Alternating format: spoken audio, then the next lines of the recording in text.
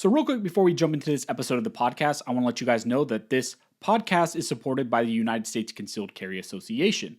USCCA provides you training, education, and self defense liability protection. So, if you carry a firearm, I highly recommend you take a look into USCCA, and I'll put a link to them down in the details section if you want to check them out. I also want to let you know that this episode is supported by Safe Life Defense. Safe Life Defense has some of the best soft body armor out on the market. So if you are interested in something like that, I love my Safe Life Defense kind of flexible armor.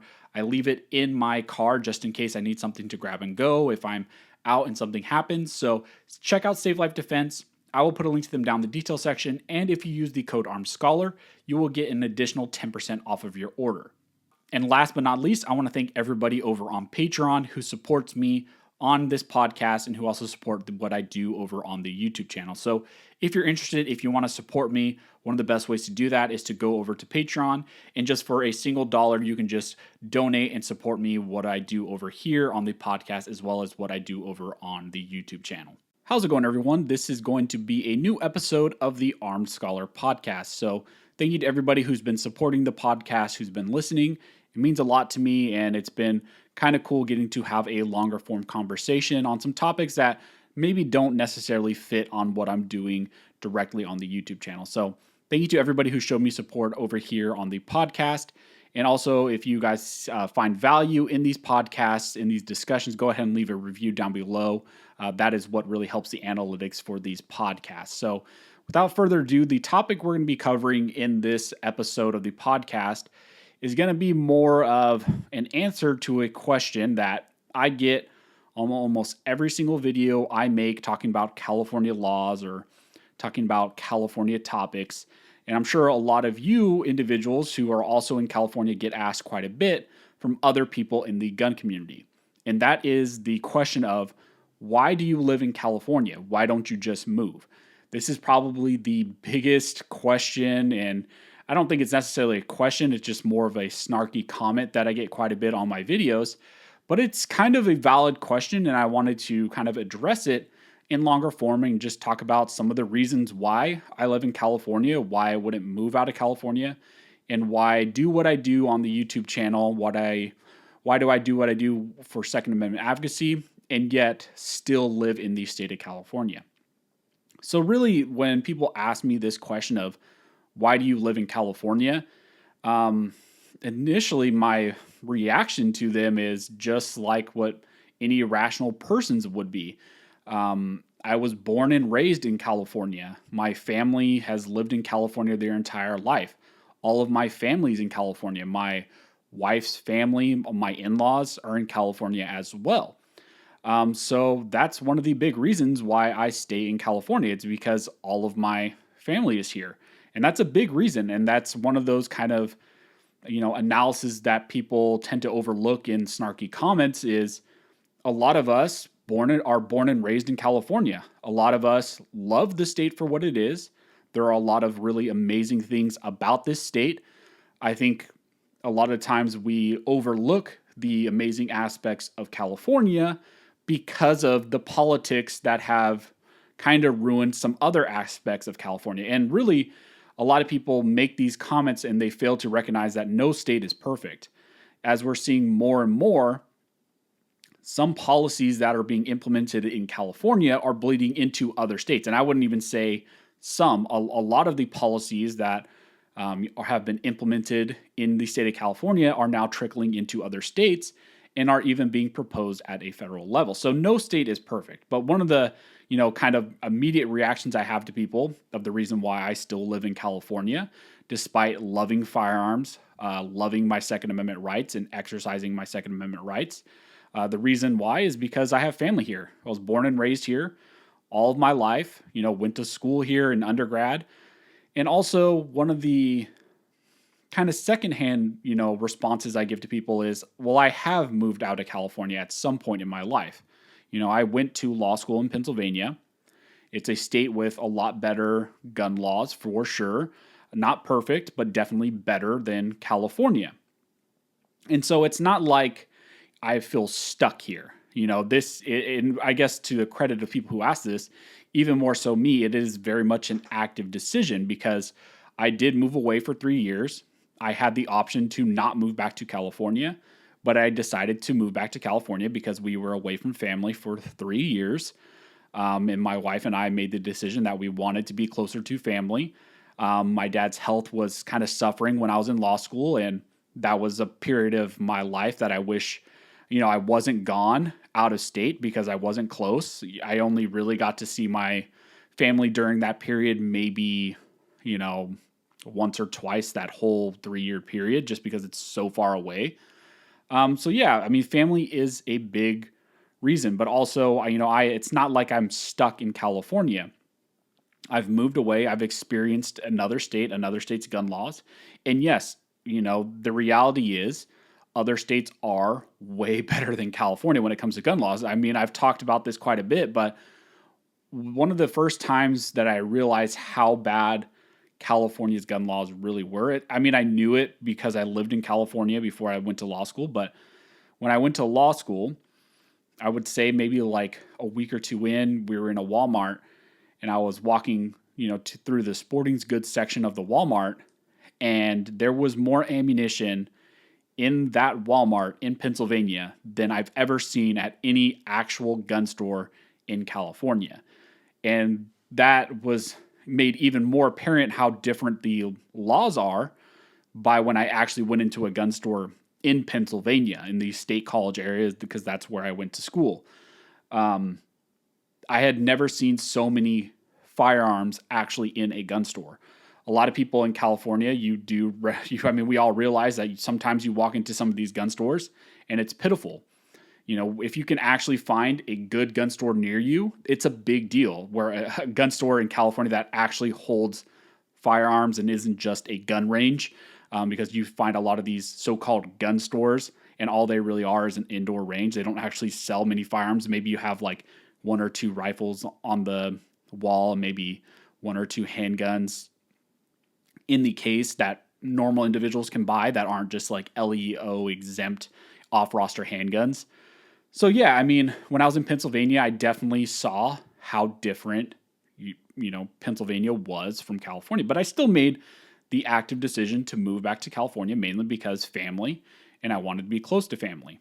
Now, another thing that I think is overlooked quite a bit is there's a reason why there are so many people that originally moved to California. Politics aside, the state itself and what's available in California cannot be beat by very many other states. Some people say, well, move, to this state in the Midwest or whatever. And I'm not knocking your state, but in California, especially where I live in Central California, you're an hour's drive away from the Sierra Nevadas. You're an hour drive away from some of the most amazing beaches. You're an hour's drive away from Yosemite National Park. And you still get a lot of especially in my area, you have the rural vibe for sure. It's still a red area, so it's not like I live in a liberal hub by any means. I don't live in LA or San Francisco. The area I live in is very much agriculture, but what California has, available to people, it's amazing. It's a beautiful state. Now, some areas are not, and that's primarily because of the politics. Of course, LA and San Francisco have become wastelands because of the politics and homelessness. And even more so, it's trickling into some other areas. I don't necessarily remember when I was a kid there being so many homeless even in my area, but you're starting to see that trickle in as well. And it's just a reality. But as far as another reason why I like California is because what's available here. I lived in Pennsylvania and I lived in the State College area, and there are times of the year that are absolutely beautiful. Very green. You get all the seasons for the most part. But one of the big things that really sucks about Pennsylvania, and why I also have no regrets that I moved away, is the snow.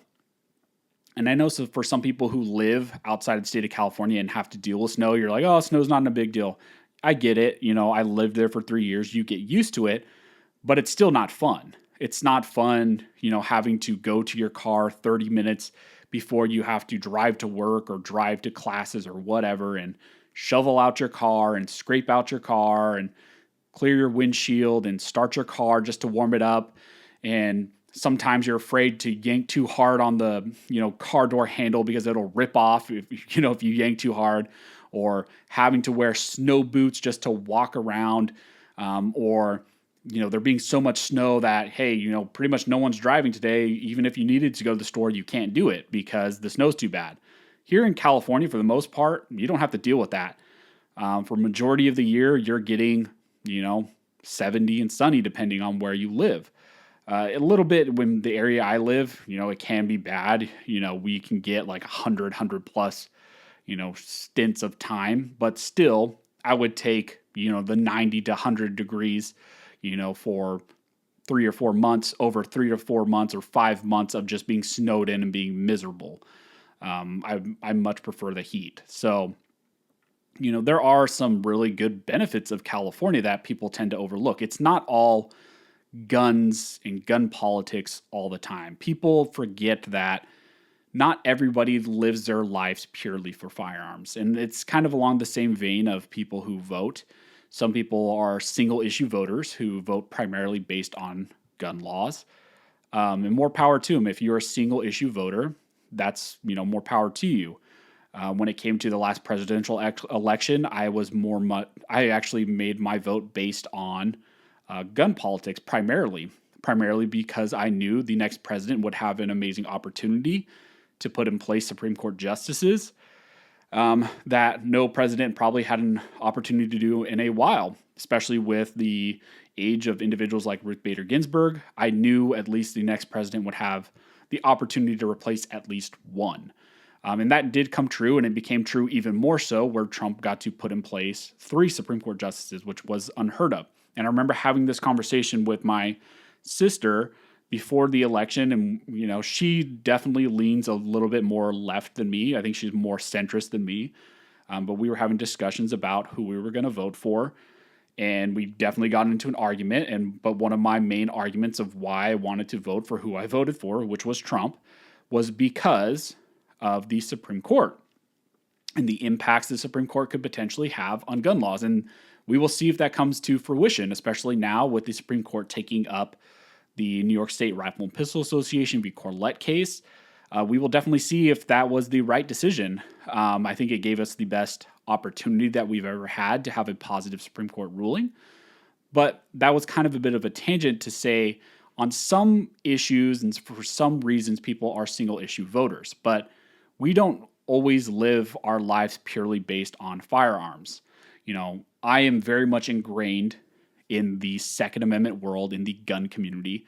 But even me, it's not guns all the time. Now, it's guns quite a bit of majority of the time, especially because of the work I do and with the YouTube channel and now the podcast. I talk about guns and gun laws and constitutional rights quite a bit. But there are other things that are important to me as well, like being close to my family, like my faith, like having opportunity to go do things, go to the beach. I love going to the beach. We go to the beach as most as we can.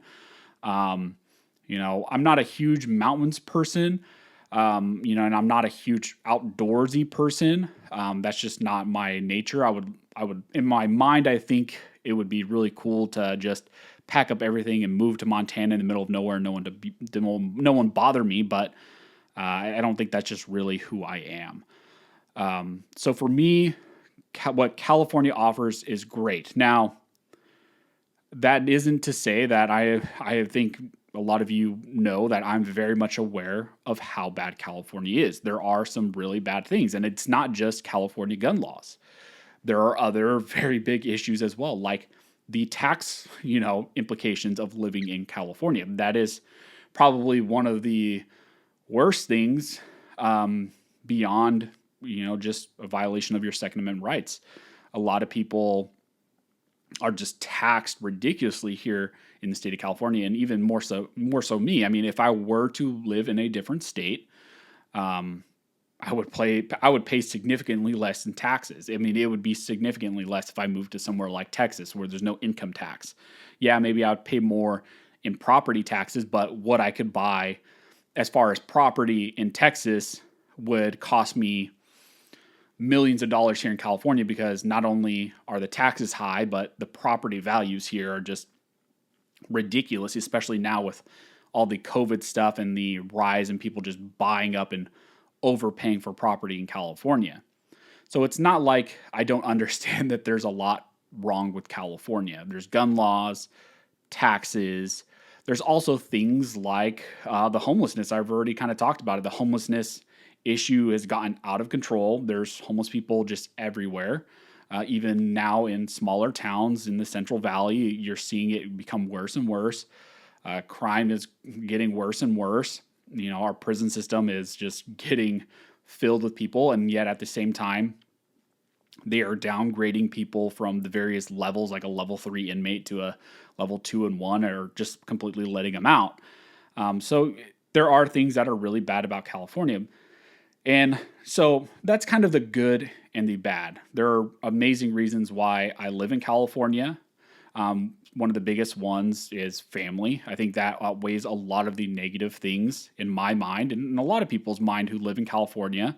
You know, there's amazing opportunities in California to go to the beaches and, you know, go to the mountains and have some of these just beautiful nature aspects of California and just really having a lot of things that other states don't have available to them, like amazing weather. But there's also bad things like I talked about. But I think one of the things that people who ask me this question in comments on kind of offhand, snarky ways, it's almost hard for me to not reply to them almost every single time.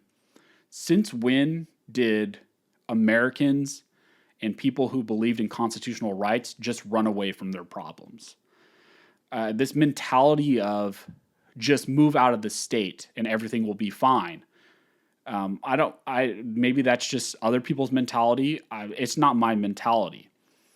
When I moved out of law school, it wasn't because I was trying to run away from all the bad things in California. It was because I had an opportunity to go to a good law school in Pennsylvania. And I got to experience, yes, one of the benefits was experience some of the additional freedoms, but it wasn't because, you know, oh my God, like this state, it's so bad, I'm just going to run away. You know, could you imagine if the founding fathers had that type of mentality of, you know, the British government just being tyrannical against them and them just saying, you know what, forget the colonies. I'm just going to go to somewhere else. I'm going to move to some other colony somewhere else because, you know, they're not hit as hard by their government, you know, overlords. To me, that mentality of just tuck your tail and run, I don't think that's what the Second Amendment community needs. And I don't think I fit really with people like that. And I think it's also easy for people in other states who have really good gun laws, especially, and to just sit there and say, well, you guys just should move to another state, but don't mess up my state. And the reason why they're saying that, don't mess up my state, is because they know themselves that if these politics were to come to their state and to start, you know, stripping away some of their fundamental rights, they would be faced with the same decision. You know, do you go to another state? Do you just leave your family because of the gun laws? You know, do you leave everything you've known because of the gun laws, or would you stay and fight for the place that you know and love?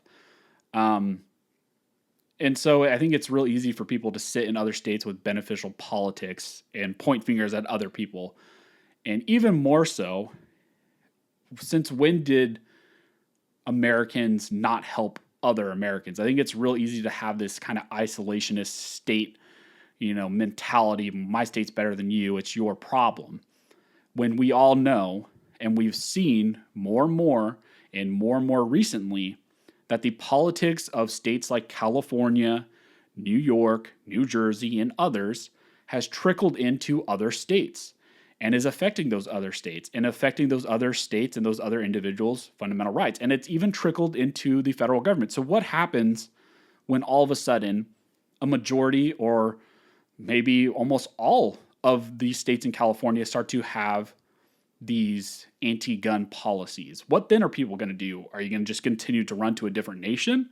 Are you just going to completely abandon what America was founded on and the morality, ethics, and values that America was built on, you're just going to run to a different nation? No, I don't think you would. I think you would stay and fight for your nation and your beliefs. And so I think I get it, especially with the social media world. It's really easy to see these things that I'm posting and other people are posting about various states and the laws that are being passed, and for them to just say, well, you guys are just weak. You need to move to another state, or I wouldn't let that happen here. When, I think in reality, that's not true. I think a lot of these people wouldn't move to a different state. I think they would stay and fight for their state just the same. And that's kind of my mentality. That's one of the reasons also why I've stayed in California and now what I do. Because I'm trying to educate people about how bad California actually is and to get more people politically active, engaged in their fundamental rights to keep and bear arms, and to get policy change in my state instead of running, but instead getting people actually engaged in what our rights are. And maybe, one law after another, we can start to strip back what California has done. And I think there are some positive signs. I think more than ever, we are seeing things in California change in some ways. I mean, I get it. I haven't been in the 2A community for, over 30 years because I'm not even 30 years old. But since when did you see California cases and pro 2A cases making national headlines and having people like Gavin Newsom or Biden or all these other politicians saying, it's so ridiculous that Judge Benitez ruled this way. I mean, how could he rule in favor of Second Amendment rights? How could he do that? And it's a positive thing. Benitez has done amazing things in the Miller case with the ban on so-called assault weapons in California. He's done amazing things with the California magazine bans, with the ammunition restrictions. We are seeing a lot of positive things. Now, along those lines, hopefully we can make more and more changes and get more and more constitutional justices in place, not just at the Supreme Court level, but also get some judges in the state court level in California and district court levels, and maybe even in the Ninth Circuit. That was another thing that Trump did that was amazing, is he did not just put in place Supreme Court justices, but he also significantly shifted the makeup of the Ninth Circuit to where it's almost a balanced shift where never before was it. And because of result of that, and a result of people really pushing for their Second Amendment rights in California, we've seen even the Ninth Circuit to having a drastic shift in policy and decisions. For example, with the three-judge panel on Duncan, ruling in favor of Second Amendment rights, finding that the magazine ban was indeed unconstitutional, just like Benitez found. Now, I understand that's up for review by the en banc panel. Likely, they're going to overrule what the three-judge panel did because of the makeup of that en banc panel. But since when did we have the Ninth Circuit actually ruling in favor of Second Amendment rights? They just hadn't. They would not. But we are seeing a shift. And maybe I'm just a little bit jaded because, I do talk about California gun laws quite a bit. Maybe I do have, rosy sunglasses, and I think things can get better because I see how engaged people are in the 2A community in California.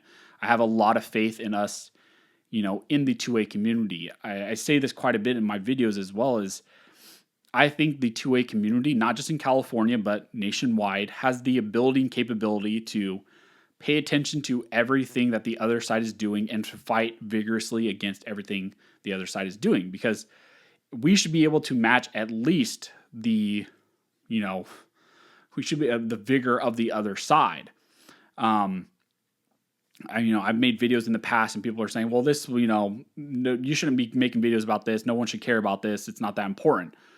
But if the other side is trying to pass some sort of anti-gun legislation, we need to fight it just as vigorously, if not more, than what they are, because that is our responsibility. We are fighting for our Second Amendment rights, our fundamental rights, not just for our generation, but for future generations. Because again, like the state of California has learned, and us residents in the state of California have learned, once you let the government take one step towards infringing your rights, it is twice as hard to fight for that right and to get it back or get it out of their control.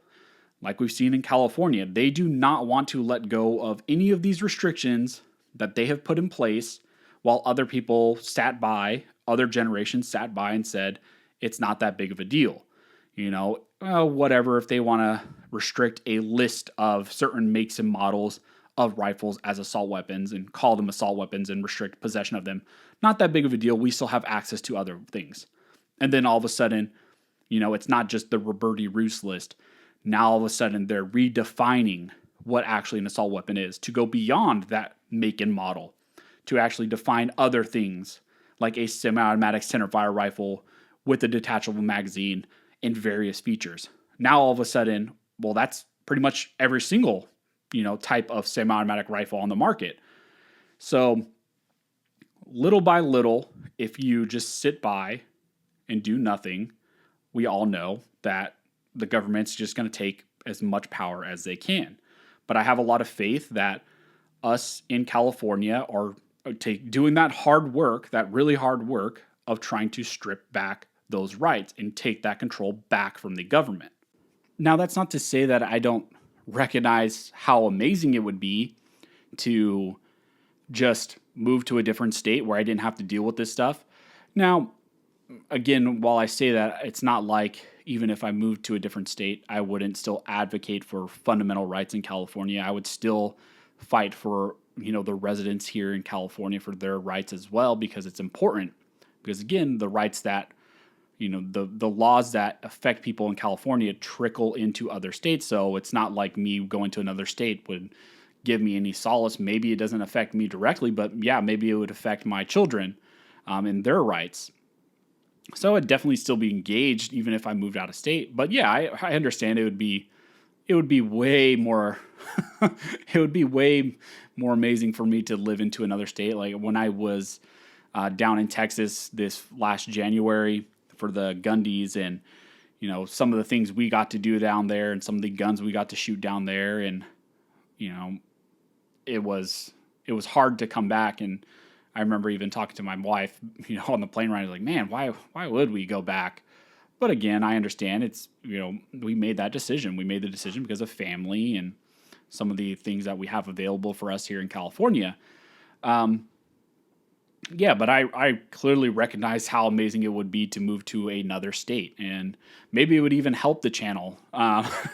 This is something I would talk with, other people before, other attorneys and other content creators.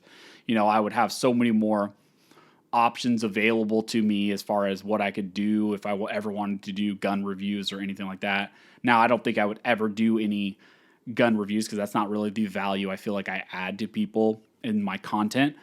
But, I would have other options available to me. And I also told, I had a discussion with some other people that I work with that, if I were to ever move to a pro-gun state, the first time I walk into a gun store, that would be a sight to behold, because it would be like that scene in The Matrix where Neo is like, they ask him, what guns do you want? And he's like, all of them. My bill for that day would probably be absolutely astronomical. It would be ridiculous. Just because a lot of those things haven't been available to me. Even really just basic things like, Gen 4 Glocks, Gen 5 Glocks. I understand you can get them in California, but you're going to pay a premium. And they're going to be hard to find because you got to get them on the secondary market. So yeah, I understand how awesome it would be to live in another state. Like I said, there would be other benefits as well, tax benefits and, property benefits. But just for now, at least, I am very stubborn, I guess. And I think one thing to the credit of a lot of people in California and gun owners in California, we are very stubborn. We don't want to give up our state. And I think that's a good thing. You need people like that. And also, we're not afraid of a fight, and we are fighting tooth and nail, and we are definitely outnumbered in the state of California. But without us, the state would be completely gone. And that would be an absolute 100% stronghold, on a state that is as large and is like ranked number 5 as far as like actual countries. The state of California itself and its economy is like number 5 in the world and ranks as a country. So that's not the type of place you just want to give up. And I think we've made some really good headway in making some positive changes. And that's been the goal with the channel, is to make positive changes initially in California, but also nationwide. I'm trying to help educate people the best I can and to get people engaged and to get people fighting for their rights in their states so that they don't end up like California, and also fighting for all of our rights at a federal level so that the federal government and our nationwide laws don't end up like California. And beyond even just what we've seen with some of these court cases, and to me, the court cases are the really important things that show a positive sign, but even what we see right now with the whole recall of Gavin Newsom, you are seeing even more so California at large, not even just on gun laws, but just at large, be just sick of the politics and the policies that have been in place in California, to a point where we are recalling initially one of the most left-leaning, praised individuals by the left, and now he's just made himself look like an absolute fool based on his policies and what he's had to, not even what he's had to do, but what he has implemented in the state of California during the whole COVID crisis and the various mandates and shutting down businesses and just implementing these ridiculous policies and just wasting California's money and wasting California's water and just all the policies, not even just that Newsom has implemented, but all the left-leaning individuals before him have implemented. But now you are seeing people in California I'm absolutely sick of it. And like I said, my sister definitely leans more left than me. I would say I think she's more of a classical liberal based on some discussions I've had with her. And I don't know if she's going to listen to this podcast, so that'll be interesting. But she definitely, I think, is a little bit more left-leaning than me. But I would say even her, she's just fed up with all the stuff she's had to deal with because of the policies. And that's a lot of people, a lot of left-leaning individuals that I know, who may be pretty far left-leaning. Even them, they're sick of some of these policies, because I think a lot of these people think it's good, in their mind, but in practice, California has seen how these things play out. We've seen ridiculous tax rates where people are just completely jettisoning from the state, and the state can't keep people or businesses, and our homelessness has gotten out of control to where even all the homeless people are coming to California because of all the social welfare stuff that's been implemented, and our property prices and property taxes and wildfires. So I am definitely not lost on how bad California is, but I think there's some very good things about it. There are some good reasons why I stay. And also, I am just not a quitter. I think that's probably the best answer I could give to people who ask me, why don't you just move out of California? Because I'm just not a quitter. I'm going to fight for this state tooth and nail the best I can. I'm going to try to get as many people engaged as I can in politics at large and in our rights to keep and bear arms in the state of California and nationwide. And hopefully through that, if we get enough people engaged, we can take back California.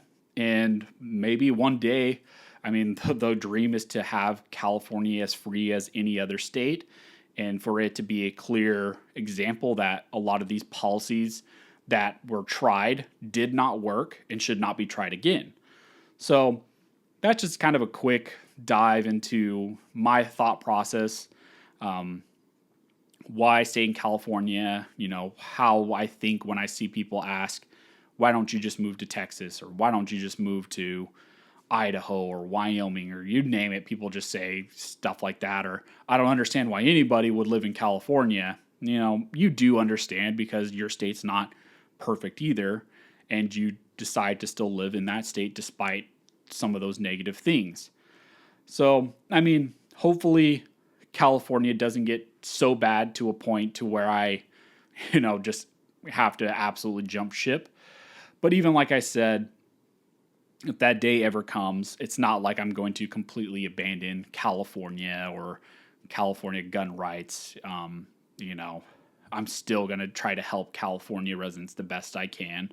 And there are amazing organizations in California, like groups like San Diego County Gun Owners Association, Orange County Gun Owners Association, and other local organizations and other organizations like CRPA. And there are just a lot of organizations and really good, solid people who live in California, just like any other state, and believe in the same things that you believe in a different state.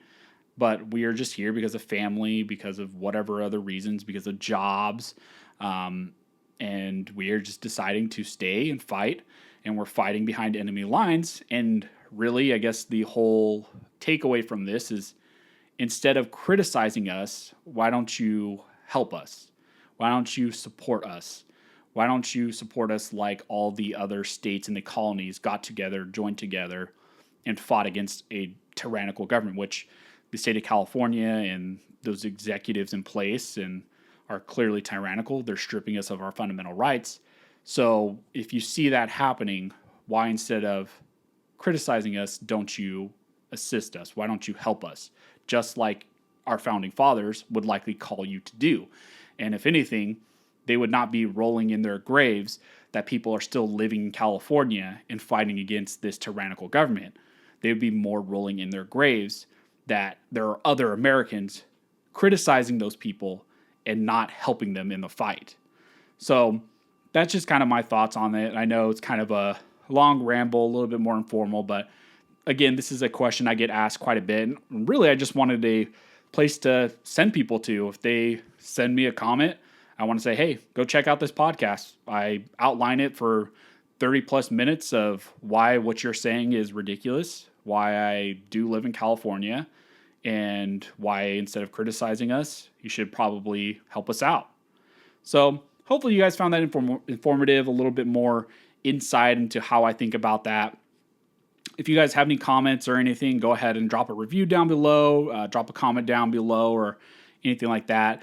Especially if you guys want to help the analytics, the reviews definitely help the analytics the best over here on podcasts. So go ahead and drop a review, and that really does help support the podcast, helps us spread the word about the podcast, and hopefully spread the podcast out to more people who maybe are not directly engaged with 2A rights, with firearms in the firearms community, and hopefully it reaches them so we can bring them into the community and add more people to help us in our cause to restore Second Amendment rights in California and also nationwide. So thank you all for listening, and never forget, this nation was built by armed scholars, and this nation will be maintained by armed scholars.